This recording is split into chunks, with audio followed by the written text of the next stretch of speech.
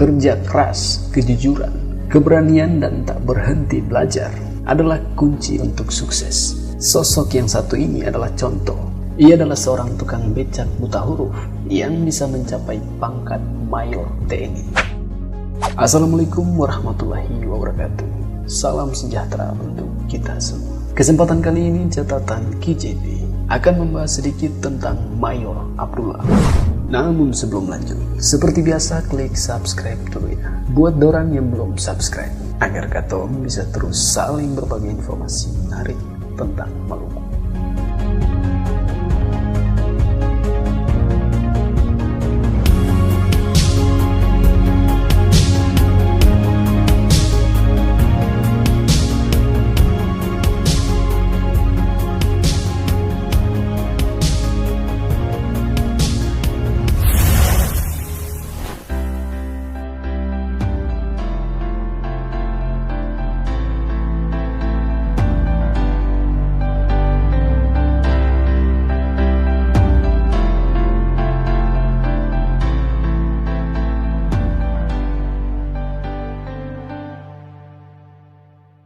Mengutip kisah Mayor Abdullah, sang penarik becak dalam Revolusi RI oleh Patrick Matanasi, menulis bahwa Abdullah adalah satu dari 90% orang Indonesia yang buta huruf pada tahun 1945. Seperti kebanyakan orang di masa itu, tanggal lahirnya pun tak diketahui. Pemuda asal Gorontalo ini sewaktu masa kanak-kanaknya diambil sebagai anak angkat dari keluarga pelaut berasal Madura, dan keluarga inilah yang membesarkan pemuda Abdullah. Kawan-kawan atau orang terdekatnya kerap memanggilnya Dula. Dula remaja, kerjanya berlayar keluar masuk pelabuhan Surabaya. Waktu ada krisis di Surabaya, ia menjadi pengendara becak. Dan dalam zaman Jepang, ia terus setia pada becaknya. Kemudian setelah proklamasi 1945, ia masih hidup mengendarai becak di kota Surabaya. Tapi Abdullah tak sekadar menarik becak untuk bertahan hidup. Di masa pendudukan Jepang, menurut catatan Radik Jarwadi, Abdullah masih sempat ikut latihan Jibakutai atau pasukan berani mati. Sebelum ikut Jibakutai, ia juga bergabung dalam Serikat Penarik Becak Surabaya.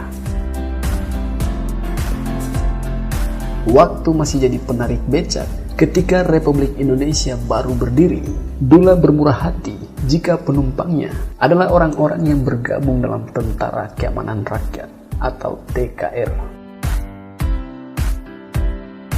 Jika becaknya diangkut oleh salah seorang anggota TNI, maka si penumpang itu tidak usah membayar, sebab katanya untuk kepentingan negara, tulis Merdeka. Orang yang pernah menjadi penumpangnya adalah Andi R. Ahmad Aris. Ia adalah pelaut, komandan pangkalan Republik di bekas pangkalan Moderlus di Surabaya. Setelah kedatangan pasukan sekutu, terdiri dari tentara-tentara Inggris, ditempel pasukan Nika, suasana di Surabaya makin panas. Apalagi menjelang pecahnya pertempuran 10 November tahun 1945. Tentara Inggris yang kebetulan baru menang Perang Dunia Kedua tentu bukanlah lawan mudah bagi orang-orang Indonesia. Saat Surabaya dalam situasi panas itu, Dula meninggalkan becaknya. Setelah tanggal 10 November 1945, ketika sedang berkobarnya pertempuran dengan tentara Inggris, ia menggabungkan diri pada TKR Laut dan memimpin regu. Dalam pertempuran di sekitar Buduran Seruni itulah, pemuda Abdullah memperlihatkan kecakapan dan keberaniannya.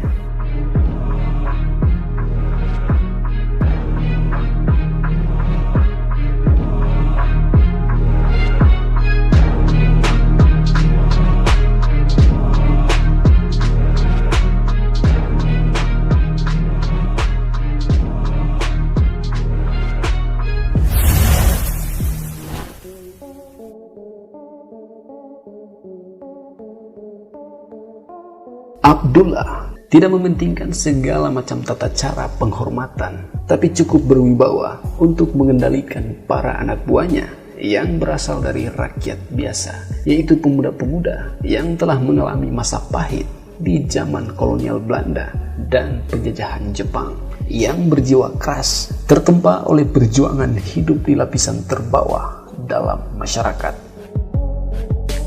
Tuntutan Abdullah pada anak buahnya hanyalah loyalitas kepada revolusi. Pasukan-pasukan yang hanya berpikir soal revolusi itu tak peduli pada hierarki militer. Mereka pernah tak memberi hormat kepada Alexander Kawilarang yang memakai tanda pangkat kolonel. Beberapa orang perwira seperti Letnan Warau memaklumi sikap itu, sebab saat itu adalah masa revolusi. Namun, ada juga orang yang bersikap sinis terhadap Dula. Hari Albert Pose dalam Tan Malaka, Gerakan Kiri Revolusi Indonesia 4, mencatat seorang mayor bernama Abdul Manan berbicara di belakang, menyebut Dula sebagai sopir becak dengan nada menghina. Meski buta huruf, dalam waktu tak lama, Dula sudah menyandang pangkat kapten. Begitulah revolusi yang bisa mengubah banyak hal. Kemerdekaan memberi kesempatan padanya untuk mengembangkan bakat-bakatnya secara bebas, yang pada zaman kolonial dirintangi penjajah, tulis Suhoki dalam kisah penumpasan RMS, Gerakan Operasi Militer 4. Dalam buku terbitan militer itu, Suhoki begitu memuji Dula. Gi menulis, kecakapan, kejujuran, dan sifat kepemimpinannya baik. Ia sangat dicintai oleh bawahan-bawahannya. Di masa revolusi, banyak perempuan peranakan Eropa terancam. Jika tidak menjadi sasaran pembunuhan, ada saja yang menjadikan mereka sebagai pelampiasan birahi dari orang-orang Indonesia yang mengganas. Tak hanya perempuan Indo, perempuan dari kalangan keluarga yang dianggap kebelanda-belandaan tak jarang jadi korban.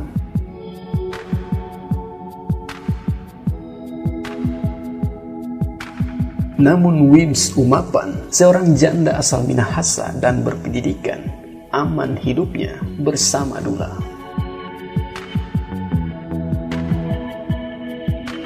Padahal di zaman kolonial, juga Jepang, adalah mustahil laki-laki kaum kromo macam Dula bisa memperistri orang berpendidikan.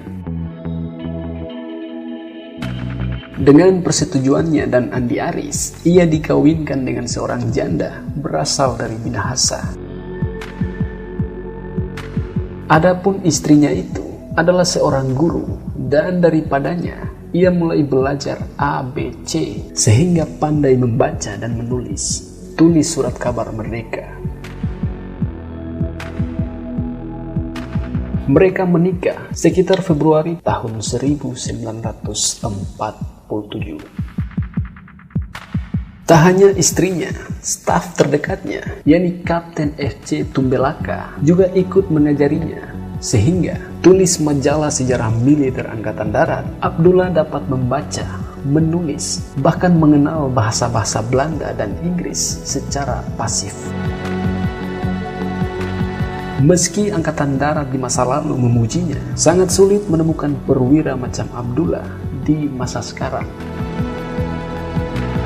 Menurut sumber militer, majalah sejarah militer Angkatan Darat, bulan April 1947, Dula diserahi tugas memimpin unit barisan pelopor di Lawang, sebuah pangkalan Angkatan Laut.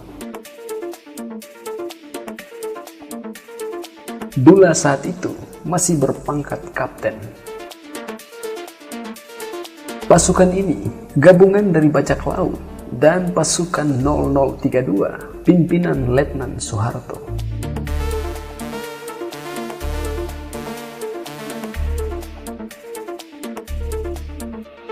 Setelah agresi militer Belanda pada 21 Juli tahun 1947, Dula dan serdadu lain pindah ke arah Blitar. Bulan Maret 1948, barisan pelopor menjadi depot batalion di bawah Dullah. Pangkatnya naik jadi mayor. Bulan September 1948, Abdullah dan pasukannya dilebur dalam Tentara Nasional Indonesia atau TNI.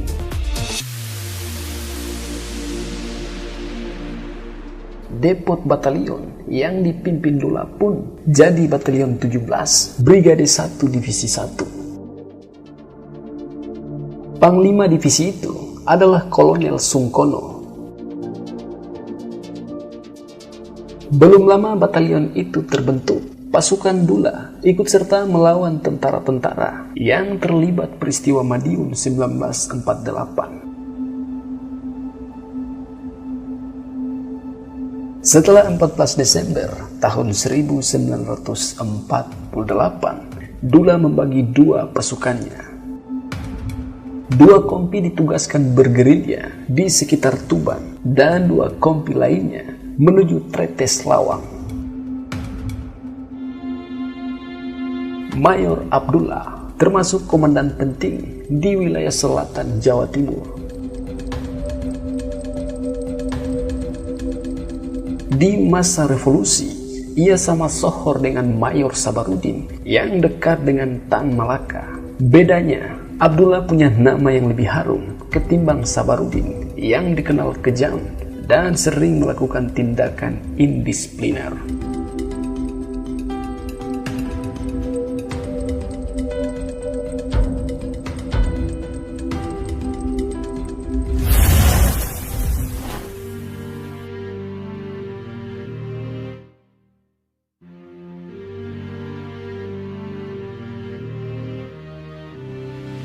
Sekitar 1948 itu, menurut Hari Pose, Dullah dan beberapa perwira lain bersekutu dengan Tan Malaka.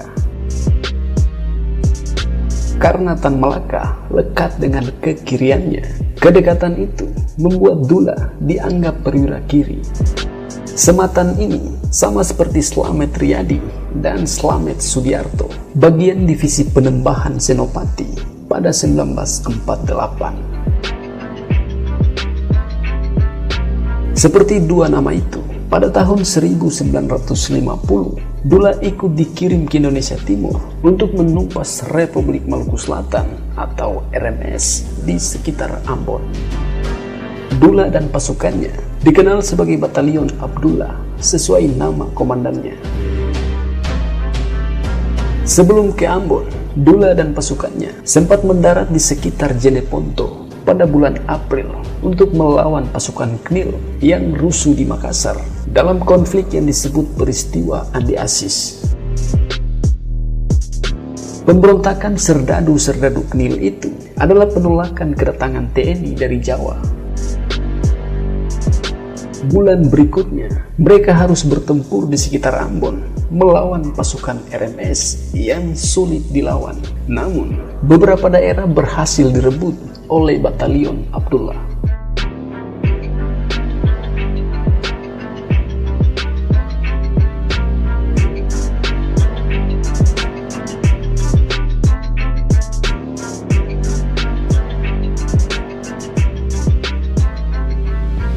Menurut catatan Radik Jarwadi, Kepulauan Tanimbar, terutama Samlaki, diduduki oleh Batalion Abdullah pada 25 Juli tahun 1950. 5 hari setelahnya, giliran Tual di Kepulauan Kei yang diduduki. Namun, pada 9 September 1950, ketika sang mayor mendarat di sekitar Lava, 2 peleton TNI dihadang 1 peleton pasukan RMS, ex-pasukan Baret Hijau, Korps Spesial Tropen. Pasukan ini mantan pasukan komando Belanda yang terkenal dengan kemampuan anti-gerilya dan menembak jitu. Peleton pertama TNI menyerang dengan perahu motor. Mereka mendarat hanya 6 meter dari posisi pasukan musuh. Di tengah hujan peluru, pasukan terus menerjang maju.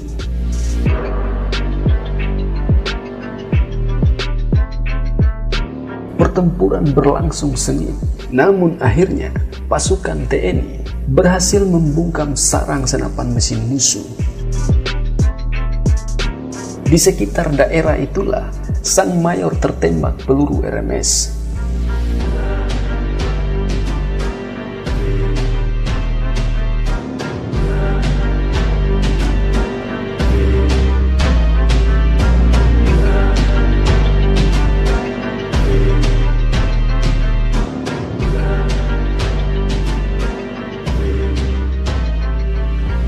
Berita kematiannya saat itu disangkal banyak orang yang percaya pada gosip bahwa Dullah kebal peluru.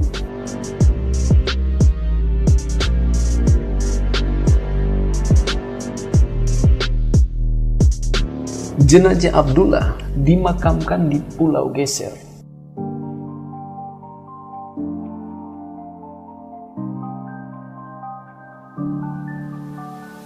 Usaha TNI untuk memindahkan makam Mayor Abdullah ke kampung halamannya tidak pernah terlaksana, sebab masyarakat Pulau Geser menganggap Mayor Abdullah adalah pahlawan pembebas mereka dari pasukan RMS yang semena-mena. Karena itu, warga ingin mengenang Abdullah di dekat mereka.